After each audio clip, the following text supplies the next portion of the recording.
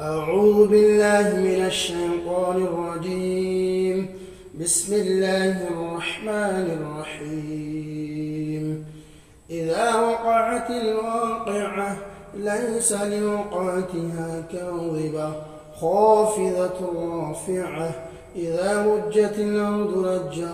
وبست الجبال بسا فكانت هباء منبثا وكنتم أزواجا ثلاثة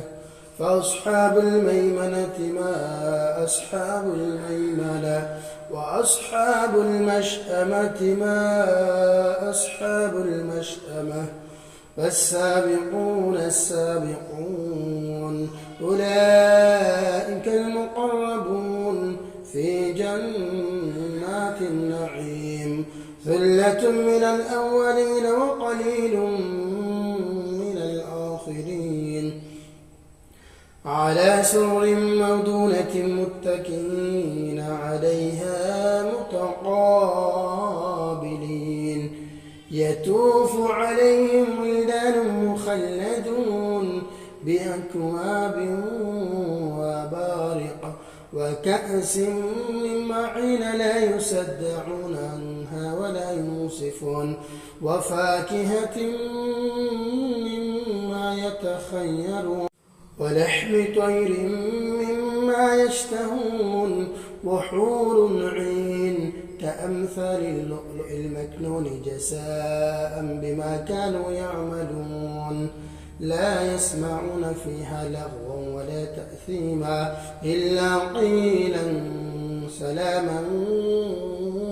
سلاما وأصحاب اليمين ما أصحاب اليمين في سدر مخدود وطلح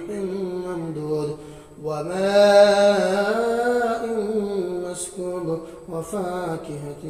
كثيرة لا مقطوعة ولا ممنوعة وفرش مرفوعة إنا أنشأناهن إنشاء فجعلناهن بقرا غربا أترابا لأصحاب اليمين ثلة من الأولين وسلة من الآخرين وأصحاب الشمال ما أصحاب الشمال في سموم وحميم وظل من يحموم لا بارد ولا كريم إنهم كانوا قبل ذلك مترفين وكانوا يصرون على الحنث العظيم وكانوا يقولون أئذا متنا وكنا ترابا وعظاما أئنا لمبعوثون أو آباؤنا الأولون قل إن الأولين والآخرين لمجموعون إلى ميقات يوم معلوم ثم إنكم أيها الضالون المكذبون لآكلون من شجر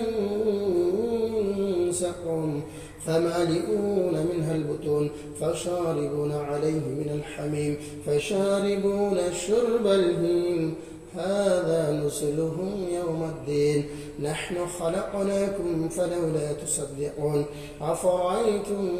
ما تمنون أأنتم تخلقونه أم نحن الخالقون نحن قدرنا بينكم الموت وما نحن بمسبوقين على أن نبدل أمثالكم وننشئكم فيما لا تعلمون ولقد علمتم النشأة الأولى فلولا تذكرون أفرأيتم ما تحرسون أأنتم تزرعونه أم نحن الزارعون لو نشاء لجعلناه حطاما فظلتم تفكهون إنا لمغرمون بل نحن محرومون أفرأيتم الماء الذي تشربون أأنتم أنزلتموه من المزن أم نحن المنزلون لو نشاء لجعلناه أجاجا فلولا تشكرون أفرأيتم النار التي تورون أأنتم أنشأتم شجرتها أم نحن المنشئون نحن جعلناها تذكرة ومتاعا للمقوين فسبح باسم ربك العظيم فلا أقسم بمواقع النجوم وإنه لقسم لو تعلمون عظيم إنه لقرآن كريم في كتاب مكنون لا يمسه إلا المطهرون تنزيل من رب العالمين تنزيل من رب العالمين أفبهذا الحديث أنتم مدهنون وتجعلون رزقكم أنكم تكذبون فلولا إذا بلغت الحلقون أأنتم حينئذ تنظرون ونحن أقرب إليه منكم ولكن لا تبصرون فلولا إن كنتم غير مدينين ترجعونها إن كنتم صادقين فأما إن كان من المقربين فريح وريحان وجنة نعيم وأما إن كان من أصحاب اليمين فسلام لك من أصحاب اليمين وأما إن كان من المكذبين الضالين